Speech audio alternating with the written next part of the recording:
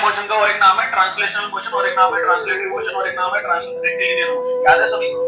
दूसरा प्रकार का मोशन होता है वाइब्रेशनल मोशन। वाइब्रेशनल मोशन को ऑसिलेशन भी कहते हैं और टू एंड फ्रो मोशन भी कहते हैं। दुनिया में तीसरा प्रकार का मोशन होता है रोटेशनल मोशन, ठीक है, और रोटेशनल मोशन को एंगुलर मोशन भी कहते हैं, ठीक है। ये तीन प्रकार के मोशन होते हैं और यही तीन प्रकार के मोशन अगर है आपके तो न्यूटन ने तीन लॉ ऑफ मोशन बनाया था, लॉज ऑफ मोशन। याद है क्या? Newton first law of motion, Newton second law of motion and Newton third law of motion. ये भी तीन चीजें मैंने पहले बता चुकी है, ठीक है। So what is the Newton first law of motion? Newton पहला लॉ क्या कहता है कि अगर ऑब्जेक्ट रेस्ट पे है तो रेस्ट भी रहेगा, ऑब्जेक्ट मोशन में है तो मोशन में ही रहेगा, ठीक है।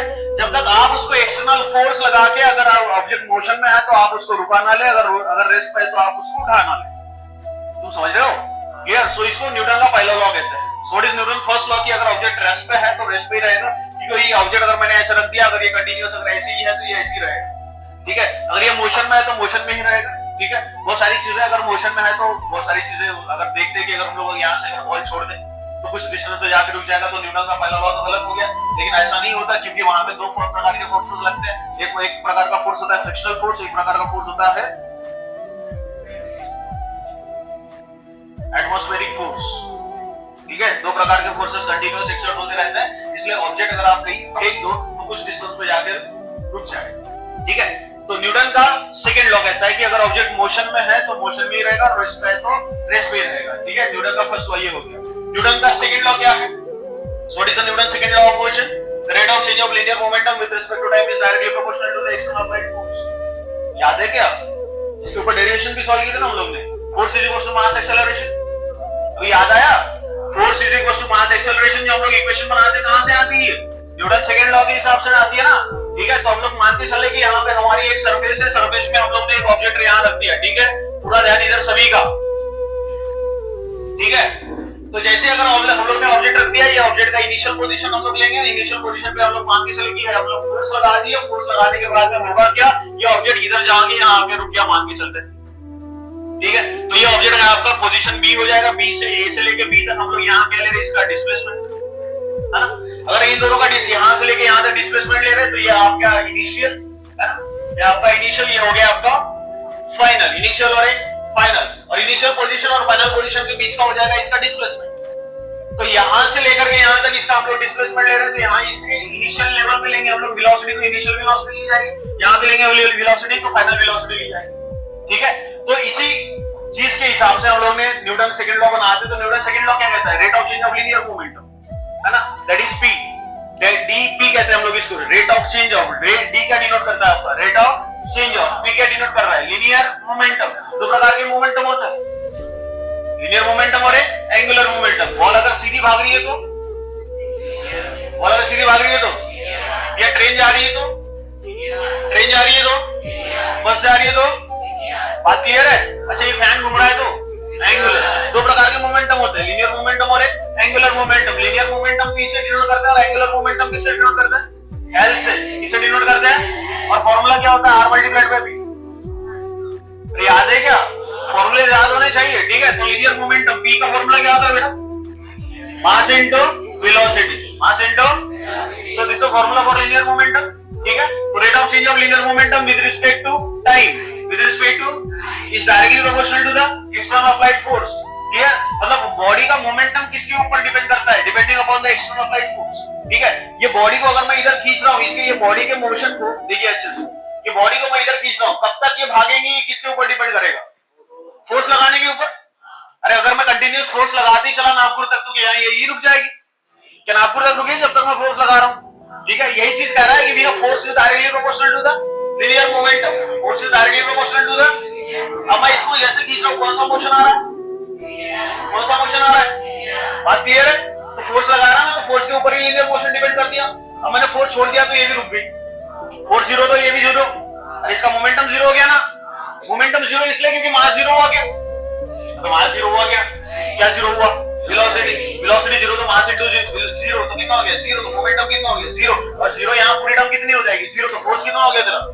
समझ में आ रहा है यहाँ तक? ठीक है। हर एक चीज ऐसे डिपेंड करती है यहाँ, अदरवाइज ऐसे कोई चीज है नहीं कि भैया ऊपर से टपकेगी। यहाँ सारी चीजें आपको ऐसे कंसीडर करके लेनी पड़ेगी कि मैं मान के चले कि मैं यहाँ जो फोर्स लगा रहा हूँ तो फोर्स का इसका मोमेंटम किसके ऊपर डिपेंड करेगा? Depending upon the external applied force जो लगा रहे हैं हम लोग उसको क्या कहते हैं, फोर्स। बाहर से लगा रहे हैं इसलिए एक्सटर्नल, अप्लाई कर रहे हैं इसलिए अप्लाइड, अरे अप्लाई कर रहे हैं इसलिए, और है क्या वो फोर्स, ठीक है। तो एक्सटर्नल अप्लाइड फोर्स, तो ये एफ का पूरा नाम क्या है, एक्सटर्नल अप्लाइड।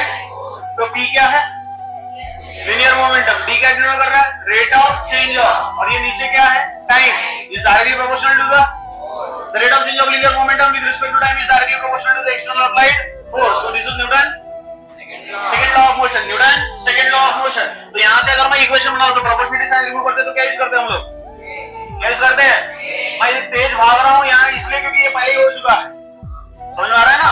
तो यहाँ प्रोपोर्शनलिटी साइन रिमूव करते हैं, क्या यूज करें हम लोग, के। तो dp divided by dt is equal to k into, अबे k इनटू, और k क्या है, प्रोपोर्शनलिटी कांस्टेंट, k क्या है, और k का वैल्यू किसके ऊपर डिपेंड करता है, depending upon the mediums, depending upon the, अच्छा यहाँ कौन सा मीडियम अभी, एयर, यहाँ कौन सा मीडियम है, एयर मीडियम में k का वैल्यू कितना लेते हैं, 1, एयर मीडियम में k का वैल्यू कितना, तो यहाँ से देख क्या बचा तेरा, dp divided by dt is equal to, बात क्लियर है सभी के लिए, ठीक है। अब देख यहाँ से ये बॉडी यहाँ पे थी, यहाँ पे इनिशियल पोजीशन हम लोग ले रहे हैं ए, इनिशियल पोजीशन क्या ले रहे हैं, फाइनल पोजीशन क्या ले रहे हैं, इसका लीनियर मोमेंटम क्या हो गया, पी है, इसका लीनियर मोमेंटम क्या होगा, इसका लीनियर मोमेंटम, अच्छा ये फाइनल है, ये फाइनल में लीनियर मोमेंटम हो गया, ये इनिशियल हो गया, अरे हुआ क्या, और रेट ऑफ चेंज ऑफ का फार्मूला क्या होता है, फाइनल माइनस इनिशियल। अब रेट ऑफ चेंज ऑफ का फार्मूला क्या होता है, फाइनल माइनस, याद है क्या मैंने डी का फार्मूला लिखवा के दिया था, ये फाइनल माइनस, अरे फाइनल माइनस, अब सामने जाए तो जो लगाना वो लगा दे, वेलोसिटी लगानी वेलोसिटी लगा दे, एक्सेलरेशन लगाना एक्सेलरेशन लगा दे, मोमेंटम लगाना मोमेंटम लगा दे, एंगुलर मोमेंटम लगाना एंगुलर मोमेंटम लगा दे, जो मोमेंटम जो चीज क्षेत्र को चाहिए वही लगा दे वही, ठीक है। तो उसी के हिसाब से तेरा फाइनल जो भी लगाएगा तो यहाँ पर उसी के अकॉर्डिंग तेरा फाइनल माइनस इनिशियल का फॉर्मूला बनेगा, ठीक है। तो यहाँ क्या लगा है तेरा, डीपी क्या लगा है यहाँ पे, अबे क्या लगा है, चल मैं इसको इंटरचेंज कर देता हूं, तो क्या f is equal to dp by dt लिख सकता हूं, अरे लिख सकता हूं क्या, पूरा ध्यान इधर और पूरा फोकस के साथ में बैठिए, ठीक है।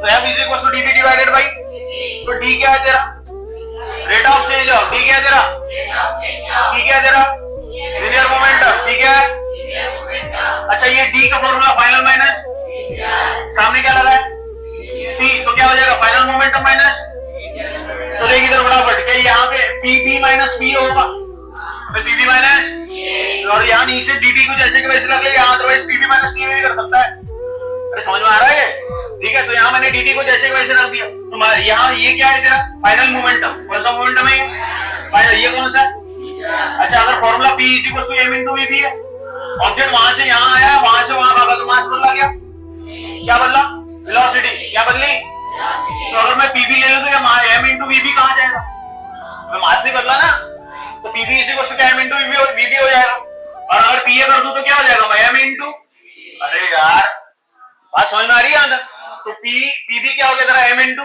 vb, और pa क्या हो गया तेरा m इनटू, चल पुट कर दे यहां, तो f इज इक्वल टू क्या आ गया तेरा m into vb minus m into va divided by, कोई डाउट है यहां तक, क्या m कॉमन आ जाएगा, अरे m कॉमन आ जाएगा, तो देखिए यहां से f is equal to m common आ गया तेरा vb माइनस डिवाइडेड बाय, अच्छा ये vb क्या फाइनल वेलोसिटी, va क्या initial velocity, final minus initial, हाँ फाइनल माइनस इनिशियल, हाँ रेट ऑफ चेंज ऑफ किसका ले रहे हैं,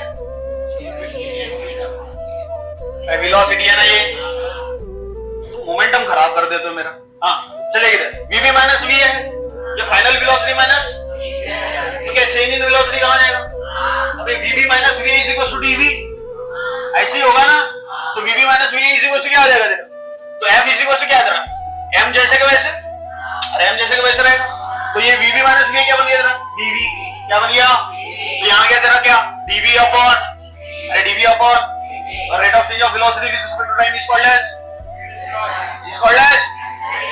देख आया क्या, अबे आया क्या, सो ये जो force equals to mass acceleration जो निकलता है वो न्यूटन के सेकंड लॉ के हिसाब से निकलता है, किसके हिसाब से निकलता है, Newton second law of motion. तो न्यूटन का सेकंड लॉ ऑफ मोशन क्या कहता है, rate of change of linear momentum with respect to time is directly proportional to the external applied force, ठीक है। तो f is directly proportional, dp upon dt is directly proportional to external applied force, तो dp by dt is directly proportional to f हो जाएगा, proportionality sign remove करते तो क्या use करेंगे हम लोग, कांस्टेंट, तो dp by dt is equal to kf आ जाएगा, तो यहाँ मीडियम कौन सा है?